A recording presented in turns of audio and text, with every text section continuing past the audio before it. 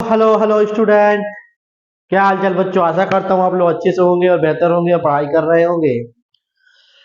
तो class twelfth का बहुत ही इंपॉर्टेंट टॉपिक लेकर आपके सामने आए हैं जिसका नाम है बायोट सावर्ट लॉ, जो एग्जाम के पॉइंट ऑफ व्यू से मोस्ट मोस्ट इंपॉर्टेंट टॉपिक है बेटा। ठीक है ना, तो आइए बिना किसी लेट के स्टार्ट करते हैं कि बायोट सावर्ट लॉ होता क्या है। बायोट सावर्ट लॉ क्या होता है बेटा, सबसे पहले हम क्या मान लेते हैं कि मेरे पास एक करंट कैरिंग कंडक्टर है। ये है करंट कैरिंग कंडक्टर जिसका नाम दे देते हैं सर एक्स एंड वाई। इसमें फ्लो ऑफ करंट कितना फ्लो कर रहा है सर, आई फ्लो कर रहा है। हमको मैग्नेटिक फील्ड निकालना है बेटा पी पॉइंट पे। मैग्नेटिक फील्ड निकालना है इस पी पॉइंट पे।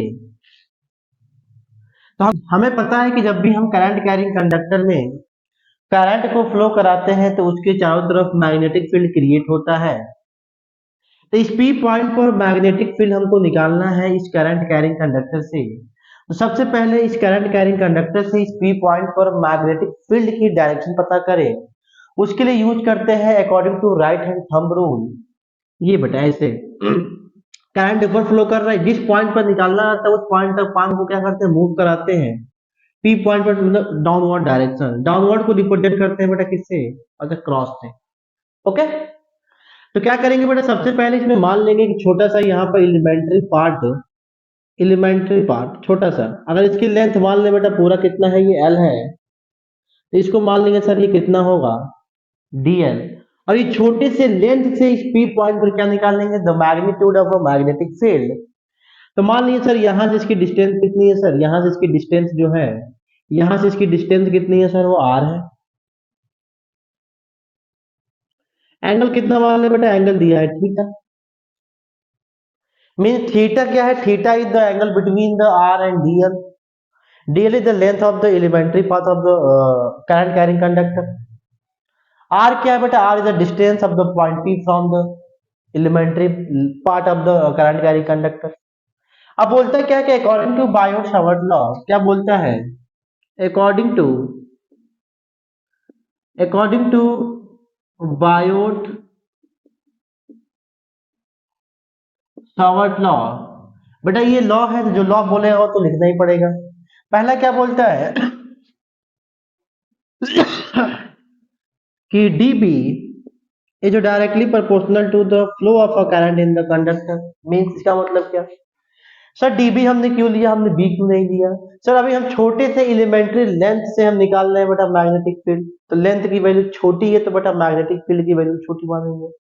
बट अभी हम किसकी किसकी बात कर रहे हैं बेटा, ये छोटे से पार्ट की बात कर रहे हैं, डीएल पार्ट की बात कर रहे हैं। हमने लिखा dB is directly proportional to y, इसको मान लिया बेटा equation number 1। Means the magnitude of the magnetic field, क्या बोल रहे हैं, the magnitude of the magnetic field is directly proportional to the flow of a current in the conductor. अरे okay, equation number 1।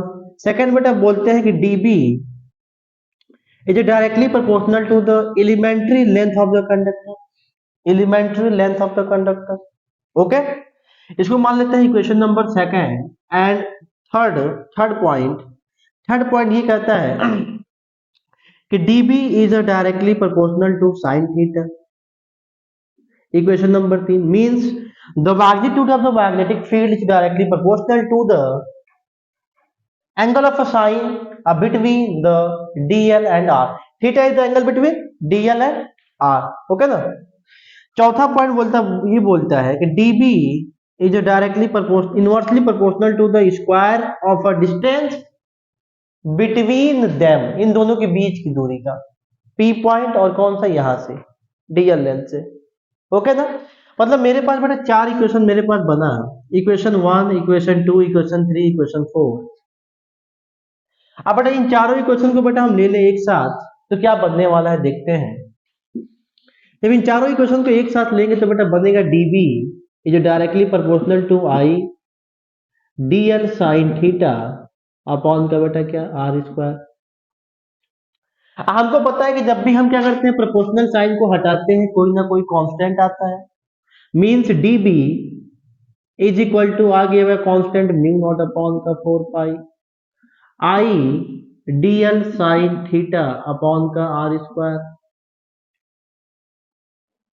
ये magnetic field at the point P due to the elementary length of the current carrying conductor means जो हमने ये magnetic field निकाला वो बेटा किसके वजह से निकाला, इस छोटे से पार्ट से जिसकी लेंथ कितना दिया है, डीएल दिया है।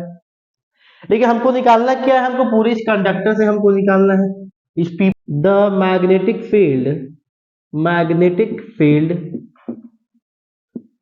Field due to current carrying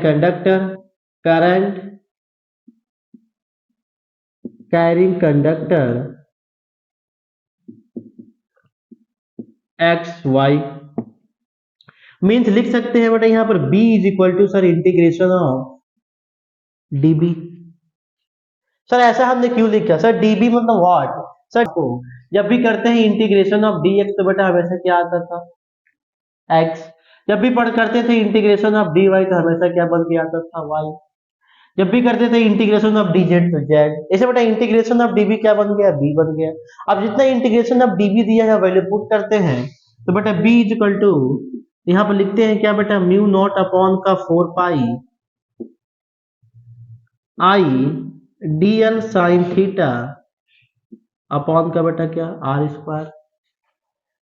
अब जो पार्ट इसमें बेटा कांस्टेंट होगा उसको क्या करेंगे, बाहर लिखेंगे।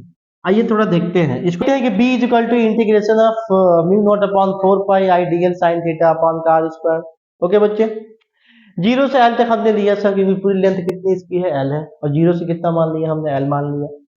अब क्या करते हैं, अब यहाँ पर लिखते हैं b इज इक्वल टू यू जो कॉन्स्टेंट को बाहर ले ले, म्यू नॉट अपॉन का 4 पाई एंड आई को हमने बाहर लिया और integration of DL assign theta upon का आर स्क्वायर। इसको वेक्टर फॉर्म में लिखना चाहे तो वेक्टर फॉर्म में लिख सकते हैं, म्यू नॉट आई अपॉन का 4 पाई और डीएल क्रॉस आर अपॉन का आर की पावर क्यूब। ये हमारा वेक्टर फॉर्म में आ गया। किस फॉर्म में आया, वेक्टर फॉर्म में। अच्छा, म्यू नॉट अपॉन 4 पाई की वैल्यू होती कितनी है, म्यू नॉट अपॉन 4 पाई की वैल्यू होती है 10 के पावर -7 टेस्ला मीटर पर एम्पियर। ठीक ना, ये मैग्नेटिक फील्ड। तो आई होप ये वीडियो आपको समझ में आई होगी। अगर समझ में